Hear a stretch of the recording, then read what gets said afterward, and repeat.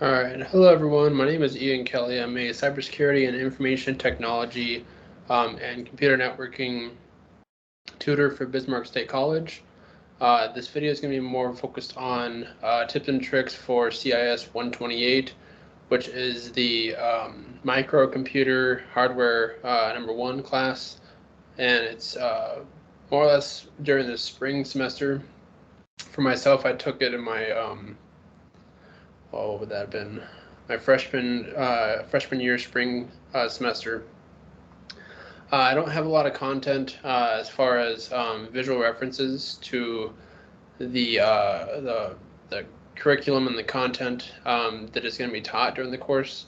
But I doubt that anything's really changed, or if at all, then it's kind of barely been modified. But the class itself is going to go over most of the internal components of a computer, along with any other electronics that pertain to a computer or any sort of electronics itself. So you're going to learn a lot about the hard drive portion, a motherboard, what exactly pertains to a motherboard,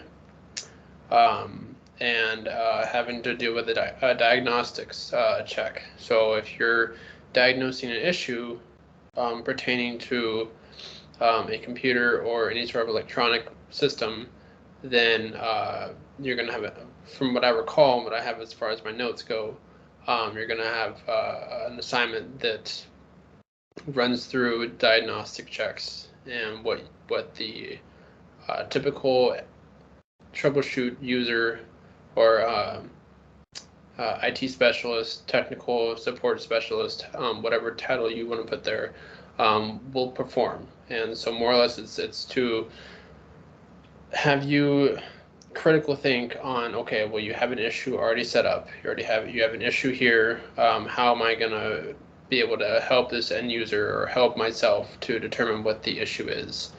You're going to look over the different types of hard drives, the different types of RAMs. So random access memory. If you're not sure or if you're not aware of components inside your computer, it's basically a stick of it's an electronic stick that comes into different sizes as far as gigabit size. Back in, I think it was like the 90s or the 80s, they had megabit size. Back then it was a big deal. Now you have gigabits that go up to 32 gigabit RAM, and you can get multiple sticks, and you can run things a lot quicker and a lot faster. Essentially, that runs alongside your CPU, which is a computer processing unit, along with a computer. It's a power PSU, power supply unit.